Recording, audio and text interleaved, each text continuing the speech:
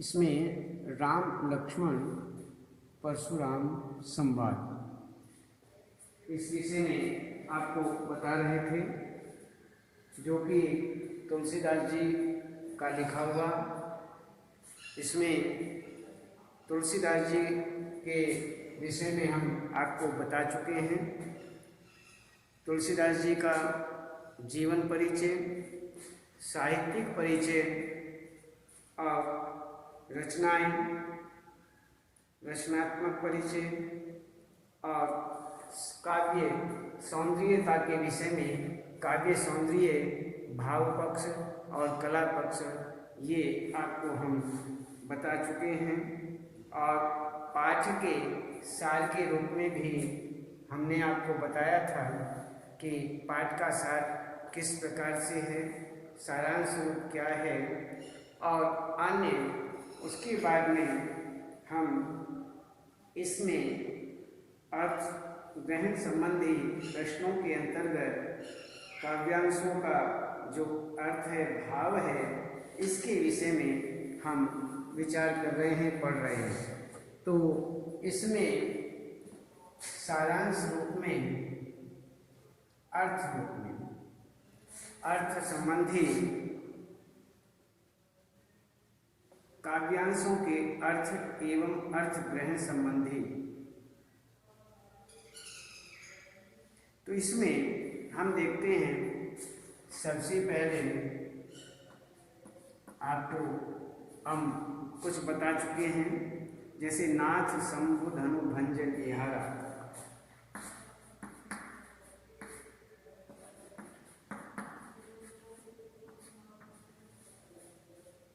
शंभु धनु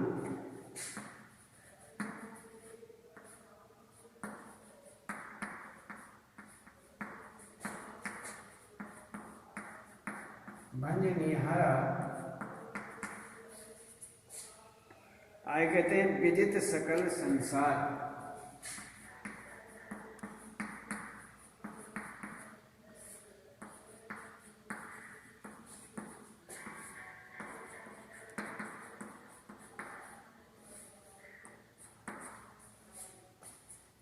दूसरा इसमें देते हैं कि कहा है कि लखन कहा हंसी हमरे जाना।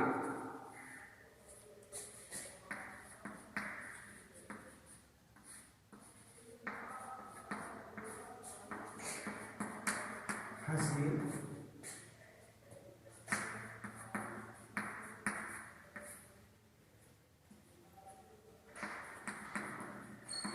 हमरे जाना, लखन कहा हंसी हमरे जाना, परसु मोर अति घोर।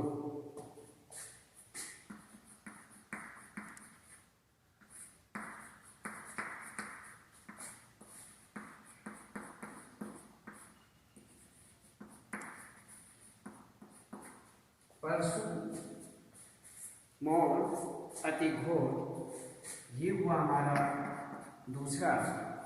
अब इसमें तीसरा देखते हैं, बिहसी लखनऊ बोले।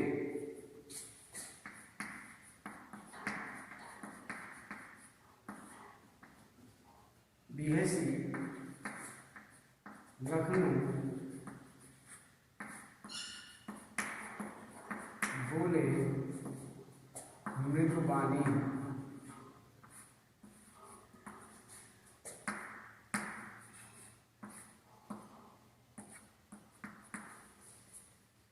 बिहसी लखनऊ बोले मृदुबानी, बोले गिरा गंभीर।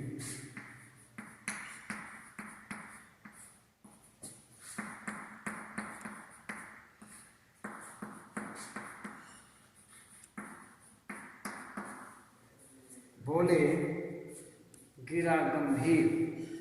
अब आगे बताते हैं, इसमें एक चौथा है, कौशिक सुनहु मंद येहु बालहु। कौशिक,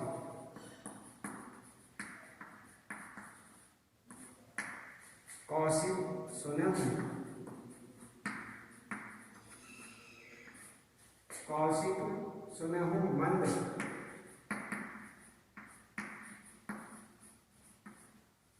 मंद ये हूँ बालकू।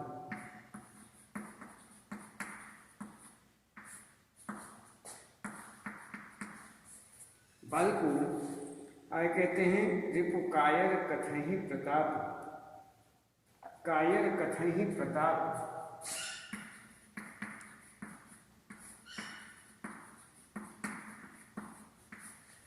कथहि प्रताप।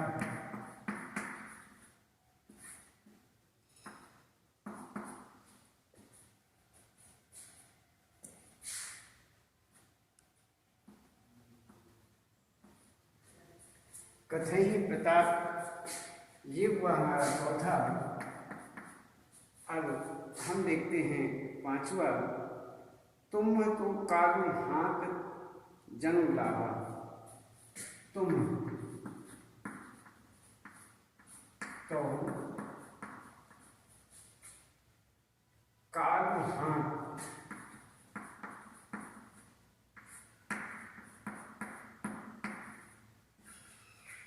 तुम तो कालू हाँक जनु लावा।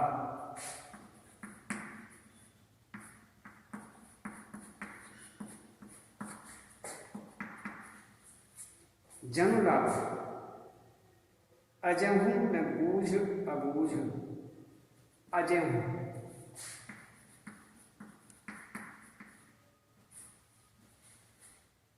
अजहू अजहू न बूझ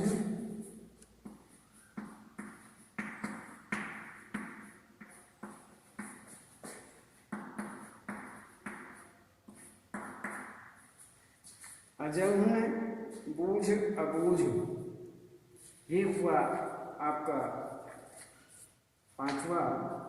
एक और छठा इसके विषय में देखते हैं। ये कहूँ लखन मुनि,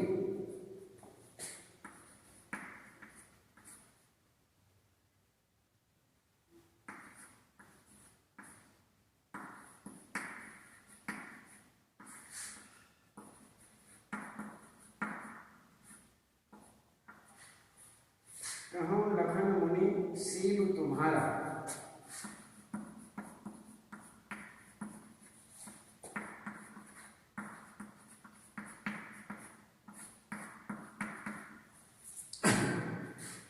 सीलू तुम्हारा।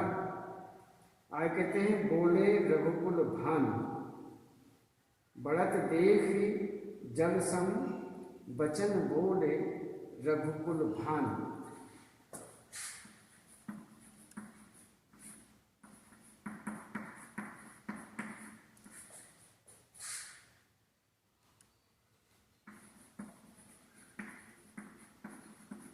रघुकुल भान ये हमारा हुआ छठा।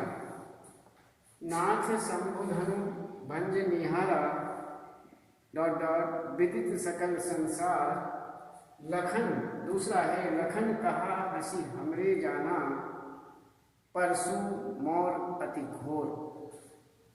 बेहसी लखनऊ बोले मृदुबानी, बोले गिरा गंभीर। कौशिक सुनहु मंद येहू बालकू, कायर कथहि प्रताप। तुम तब कालू कालू हाथ जनु लावा, अजहू न बूझ अबूझ। कहे लखन मुनि सील तुम्हारा वचन, सील तुम्हारा वचन बोले रघुकुल भान, वचन बोले रघुकुल भान। इसमें हम आपको नाथ शंभुधनु भंजनिहारा विदित सकल संसार ये बता चुके हैं। दूसरा लखन कहा हंसी हमरे जाना, परसु मोर अति घोर ये भी बता चुके। और यह से लखनऊ बोले मृदुबानी, बोले गिरा गंभीर, ये भी। और कौशिक सुनहु मंद ये हूँ बाल, कायर कथहि प्रताप। यहाँ तक आपको हम बता चुके हैं। आगे हम देखते हैं। तुम तो यहाँ से हम तो इसमें सबसे पहले देखिए कि कौशिक सुनहु मंद ये हूँ बाल, कुटिलु कालबस निज कुल घालसु, भानु वंश राकेश कलंकु, निपट निरंकुशु अबधु असंकु। काल कबलु हुई ही क्षण माही, कहूँ पुकार खोर मोहि नाही। तुम हट कहूँ जो चाहूँ उबारा, कही प्रताप बलु रोष हमारा। लखन कहूँ मुनि सुजसु तुम्हारा, तुम्ही अछत को बरनई पारा। अपने मुँह तुम आपने करने, बार अनेक भांति बहु वर्णी। नहीं संतोष ता उनि कछु कहूँ, जनि रिस रोग दुसहा दुख सहूँ। सूर समर करनी करही, कहीं न जनावहि आप। विद्यमान रन पाई रिपु, कायर कथई प्रताप। यह आपको बता चुके हैं। यहाँ तक का सारा हो चुका। तो अब आगे देखते हैं। तुम तो कालू हाथ जनु लावा, बार बार मुहि लागे बोलावा। सुनत लखन के वचन कठोरा, परसु सुधारि धरहूँ कर घोरा। अब जनि दे दोष मोह लोगो, लोगो कटु बाग बालकु बध जोगु। बाल बिलोक बहुत मह बाचा, अब ये हूँ मर निहार भा साचा। कौशिक कहा क्षमिय अपराधु, बाल दोष गुण गनहीन साधु। खर कुठार में अकरुण को ही, आगे अपराधी गुरुद्रोही। उतर देत छोड़ो बिनु मारे, केवल कौशिक शील तुम्हारे। नैते यही काज कुठार कठोरे, गुरही उरिन होते श्रम खोरे। श्रम थोरे गाधी सुनु कहे खुरे हसी। मुनि हरि यरे सूझ, अयवय खांड ने ओख मय। अजहु ने बूझ अबूझ। इसमें यहाँ ये बताते हैं कि तुम जो हो एक यहाँ पर कि लक्ष्मण परशुराम जी से कह रहे हैं, परशुराम जी से कहते हैं कि आप तो जबरदस्ती काल को मेरे लिए बुला रहे हो। जबरदस्ती काल आ नहीं रहा, आप जबरदस्ती बुलाना चाहते हैं, बुला रहे हैं।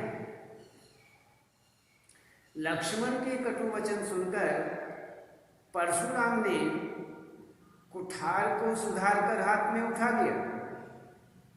कहने लगे कि अब लोग मुझे दोष मत देना, कटु वचन बोलने वाला यह बालक मारने योग्य ही है, इसे मारना ही पड़ेगा। ये मारने योग्य है। क्यों? इसकी वाणी कटुवाणी है, ये कड़वा बोलने वाला है। इसलिए बालक समझकर इसे बहुत देर से छोड़ रहा हूं। अब यह सचमुच में मरने वाला है। तुम हो कालू हाँक जनु लावा, और बार बार मोहि लाग बोलावा। सुनत लखन के बचन कठोरा, परसु सुधारी धरहु पर घोरा। और अब जन देई दोष मोहि लोगु, कटुवादी बालको बध जोगु।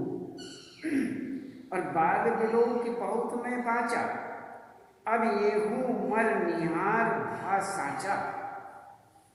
इस प्रकार से वह बालक जो है समझकर इसे बहुत देर से मैं छोड़ रहा हूं, अब यह सचमुच मरने वाला है। विश्वामित्र ने कहा अब बीच में कि कौशिक कहा क्षमा क्षमीय अपराधु, बाल दोष गुण गणहीन साधु। खर कुठार में अकरुण को ही, आगे अपराधी गुरु द्रोही। कौशिक मित्र, अच्छा कौशिक जी कहते हैं, अर्थात यहाँ विश्वामित्र जी कहते हैं, विश्वामित्र कहते हैं, बोलते हैं कि सज्जन बालकों के गुण दोषों को, सज्जन जो होते हैं, जो अच्छे होते हैं, वह बालकों के गुण दोषों को महत्व नहीं देते। अतः बालक समझकर लक्ष्मण के अपराधों को अक्षमा कर दीजिए। परशुराम ने विश्वामित्र से कहा, जब उन्होंने विश्वामित्र जी ने कहा कि जो सज्जन पुरुष होते हैं वह सज्जन पुरुष बच्चों के गुण दोषों को नहीं देखते, बच्चों के गुण दोषों को नहीं देखे जाते हैं, नहीं देखते हैं। इसलिए जो ये लक्ष्मण हैं, इन्होंने जो भी कटु वचन कहे हैं, इनके जो भी दोष हैं, उनके कारण बच्चा समझ करके आप इनको अक्षमा कर दीजिए।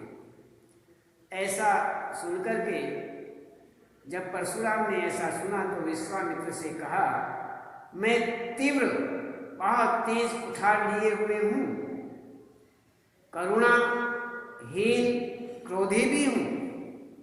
मैं इतना क्रोधी हूँ कि मैं उस समय कोई करुणा नहीं करता हूँ, कोई दया भाव मेरे अंदर नहीं है।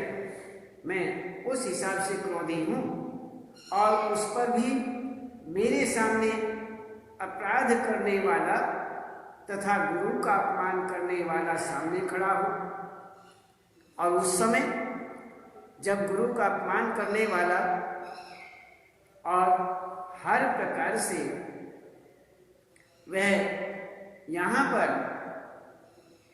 अपराध करने वाला, गुरु का अपमान करने वाला बिल्कुल प्रत्यक्ष में हो, सामने खड़ा हो, तब तो उसे छोड़ा ही नहीं जाता। तो यह उत्तर पर उत्तर दे रहा है, मैं तुम्हारे विनम्र स्वभाव के कारण इसे बिना मारे छोड़ रहा हूं, नहीं तो इसे थोड़े ही परिश्रम से कठोर कुठार से काट करके, जो कठोर कुठार है, कुल्हाड़ा है, ये फरसा है, इससे काटकर मारकर गुरु ऋण से मुक्त हो जाता। मैं ये जो मेरा कुठार है, कुल्हाड़ा है, यह एक बहुत कठोर है, इससे इसे काट देता, मार करके अपने गुरु ऋण से मुक्त भी हो जाता। परशुराम के वचन सुनकर के इसमें कहा है कि खर कुठार कौशिक कहा क्षमे अपराधु, बाल दोष गुण गणहीन साधु। खर कुठार में अकरुण कोही, आगे अपराधी गुरुद्रोही। उतर देत छौड़ों बिनु मारे, केवल कौशिक सील तुम्हारे। नैते यही काटी कुठार कठोरे, गुरही उऋण होते हूँ श्रम थोरे। तो इस प्रकार से मैं इसे अपने कठोर कुठार से काट करके अब तक गुरु के ऋण से मुक्त हो जाता। तो आगे कहते हैं कि गाधी सुनु कह हृदय हसी मुनि हरि यरे सूझ अयम खांड ने ऊख में अजहुन बूझ अबूझ। उसी समय परशुराम के वचन सुनकर के विश्वामित्र जो हैं मन ही मन हंसकर कहने लगे। मन ही मन हंसते हैं, मुस्कुराते हैं और कहते हैं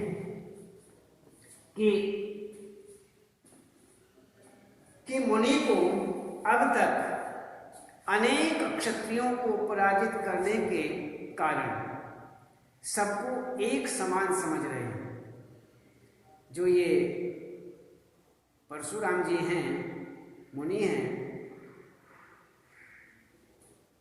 ये यहाँ पर इन्होंने अनेक क्षत्रियों का संहार किया। अब अनेक क्षत्रियों को पराजित करने के बाद सबको एक समान समझ रहे हैं। इन्हें यह भान नहीं है कि ये कौन है। तो सबको एक समान समझना, अतः श्रावण माह में हुए अंधे व्यक्ति की तरह। कैसे समझ रहे हैं? ये सभी को बराबर कैसे समझ रहे हैं कि जिस प्रकार से सावन का महीना होता है, सावन के महीने में हरियाली छाई रहती है, सभी चारों तरफ खुशियां ही खुशियां मनाई जाती हैं, खुशियां ही होती हैं, चारों तरफ खुशियां छाई रहती हैं। तो उस समय जिसकी आंखें हैं उसने उस सावन के महीने की खुशियों को, हरियाली को अच्छी तरह देखा हुआ है। तो यदि वह किसी कारणवश उसके नेत्र नष्ट हो जाएं, अंधा हो जाए, नेत्र ज्योति नष्ट हो जाए, तो उसे आँख जाने के बाद भी हरियाली ही नजर आती है। उसी प्रकार से यहाँ कहते हैं कि जो परशुराम जी हैं, परशुराम जी ने अक्षत्रियों का विनाश किया है और उन्हें हर जगह ऐसा ही दिखाई दे रहा है कि मैं हर अक्षत्रियों को नष्ट कर दूंगा। लेकिन ये जो सामने है ये ऐसे अक्षत्रिय नहीं है। उसी विषय में कहते हैं कि ये सबको एक समान समझ रहे हैं।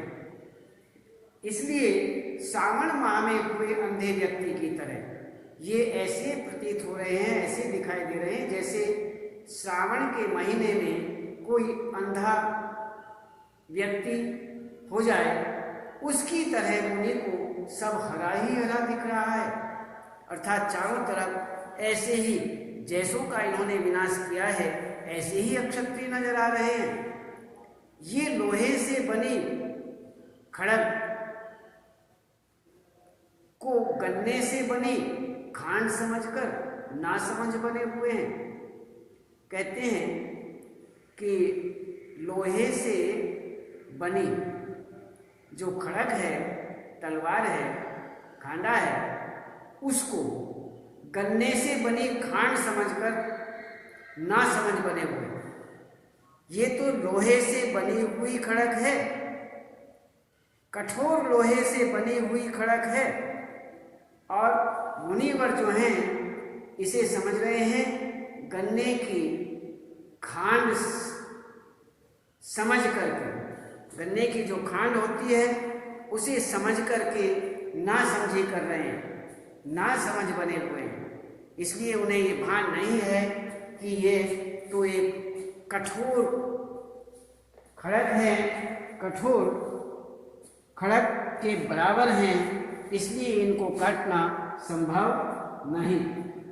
आगे कहते हैं कि कहूँ लखन मुनि सीरु तुम्हारा, को नहीं जान विदित संसारा, माता पिता ही उरिन भय नीके, गुर ऋण रहा सोच बड़ जी के, सो जनु हम देही माथे काढ़ा, दिन चली गए ब्याज बढ़ बाढ़ा, अब आनियो व्यवरिया बोली, तुरंत देव में थैली खोली, सुनि कटु वचन कुठार सुधारा, हाय हाय सब सभा पुकारा। भृगुवर परसु देखव मोहि, विप्र विचारी बचऊं नृपद्रोही। मिलेन कबहु सुभट रन गाढ़े, द्विज देवता घरहि के बाढ़े। अनुचित कहीं सब लोग पुकारे, रघुपति सै नहीं लखन निवारे। लखन उतर आहुति सरिस, भृगुवर को कुशाम।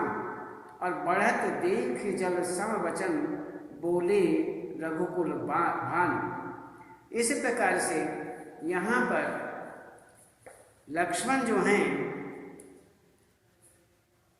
परशुराम निरंतर अपने बल पौरुष का बखान कर रहे हैं और लक्ष्मण उनका उपहास कर रहे हैं। इस प्रकार से इसी क्रम में लक्ष्मण परशुराम से कहते हैं कि आपके शील स्वभाव को संसार में कौन नहीं जानता है। आप अपने माता पिता के ऋण से अच्छी तरह मुक्त हो गए हैं, अब गुरु ऋण शेष है, जिसके लिए आप बहुत चिंतित हो रहे हैं। कहते हैं कि आप बहुत चिंतित हैं, गुरु ऋण बाकी है, इसलिए आप चिंता कर रहे हैं। और इसमें जिसके लिए आप बहुत चिंतित, ऐसा प्रतीत हो रहा है कि वह गुरु ऋण हमारे माथे पर लिखा है। बहुत दिन बीत जाने के कारण अब ब्याज भी बहुत बढ़ गया होगा, इसलिए हिसाब लगाने वाले को बुला करके हिसाब भी लगवा लीजिए, मैं थैली खोलकर चुकता कर दूंगा। इस प्रकार से कि कहाँ लखनऊ मुनिशील तुम्हारा, को नहीं जान विदित संसार। और माता पिता ही ऋण भय लेके, गुर रेणु रहा सोचू बड़ जी के। सो जनु हम रे ही माथे काढ़ा, और दिन चले गए ब्याज बढ़ बाढ़ा। अब आगे कहते हैं, अब आनियो वहरिया बोली, तुरंत देव मैं थैली खोली। इस प्रकार सुने कटु वचन कुठार सुधारा। लक्ष्मण ने जब इस प्रकार से यहाँ पर कहा, और लक्ष्मण के ऐसे कटु वचन सुनकर जनक सभा में हाहाकार मच गया। सभी लोग हाय हाय पुकारने लगे। क्रुद्ध लक्ष्मण कहते हैं कि हे मुनिवर, भृगुवंश के श्रेष्ठ, मुझे आप बार बार परशु दिखा रहे हैं और मैं आपको ब्राह्मण समझकर छोड़ रहा हूं। आज से पहले रण में आपको अच्छे योद्धा नहीं मिले हैं। हे ब्राह्मण देवता, आप अपने विपरीत स्थिति और लोगों की भावना को समझते हुए, तब श्री राम ने इसमें कहा है कि आज से पहले रण में आपको अच्छे योद्धा नहीं मिले। हे ब्राह्मण देव, आप अपने ही घर में श्रेष्ठ होंगे। लक्ष्मण की अटपटी तीखी बातें सुनी और सुनकर सभा में उपस्थित सभी जन कहने लगे कि लक्ष्मण अनुचित बोल रहे हैं। इस प्रकार से विपरीत स्थिति और लोगों की भावना को समझते हुए तब बीच में श्री राम बोलते हैं। तब श्री राम ने लक्ष्मण को आंख के संकेत से रोक दिया।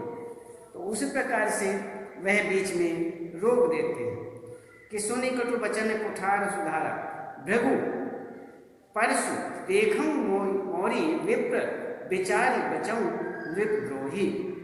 मिले न कबहूं सुभट न गाढ़े, द्विज देवता गरही के बाढ़े। अनुचित कहीं सबु लोग पुकारे, रघुपति सही नहीं लखनु नेवारे। तो लखन उतर आहुति सरिस भृगुबर पौप कुशान, और बढ़त देख जल सम वचन बोले रघुकुल भान। तो इसी प्रकार से यहाँ पर श्री तुलसीदास जी कहते हैं कि भृगुवंश में श्रेष्ठ परशुराम की क्रोध रूपी आग में लक्ष्मण के वचन आहुति के समान हैं। उनकी क्रोधाग्नि को बढ़ते हुए देख करके उसे शांत करने के उद्देश्य से रघुकुल के सूर्य श्री राम ने जल के समान शीतल वचन कहे।